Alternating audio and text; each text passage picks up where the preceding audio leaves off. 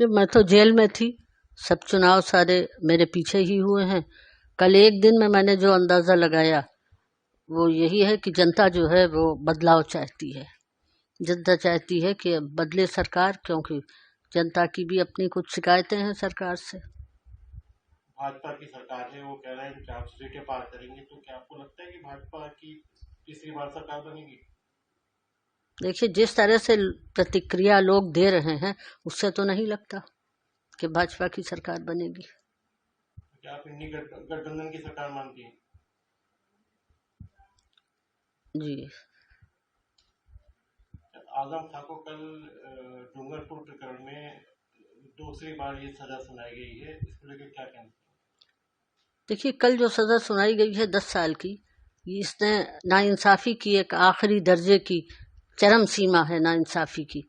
क्योंकि आज़म खां साहब से इस डोंगरपुर प्रकरण का कोई ताल्लुक ही नहीं था। आज़म खां साहब उस समय सरकार में मंत्री ज़रूर थे, लेकिन ये योजना जो थी ये एक सरकारी योजना थी जो डीएम के आदेश पर ये मकान बनाए गए थे। एडीएम का भी उसमें आदेश था और सारे पेपर्स जो हैं वो लगे हुए थे कोर्ट के का जो फाइल थी। और डूडा के जितने भी अधिकारी थे वो सब भी इसमें शामिल थे। और अखबारों ने ये लिखा है कि आज़म खां साहब के इशारे पर ये डोंगरपुर में जो घर वगैरह थे वो तोड़े गए। तो यहाँ मैं एक बात ये भी साफ करना चाहती हूँ कि किसी व्यक्ति विशेष के इशारों पर सजाएं नहीं मिला करती, सजाएं सबूतों के आधार पर मिलती हैं। और आज़म साहब के विरुद्ध कोई भी ऐसा सबूत नहीं मिला है कि उन्होंने लूट और डकैती में हिस्सा लिया हो या लूट और डकैती का माल उनके घर से बरामद हुआ हो। कोई सबूत नहीं है, फिर भी सजा दी गई क्योंकि सजा देनी ही थी। एक तरफ तो आप गवाहों, आज़म खां साहब का नाम एफआईआर में नहीं था, सिर्फ गवाहों के आधार पर उन्हें सजा दी गई। तो एक तरफ तो आपने डोंगरपुर प्रकरण में गवाहों को इतना महत्व दिया कि आपने उनके बयानों के आधार पर सजा दे दी।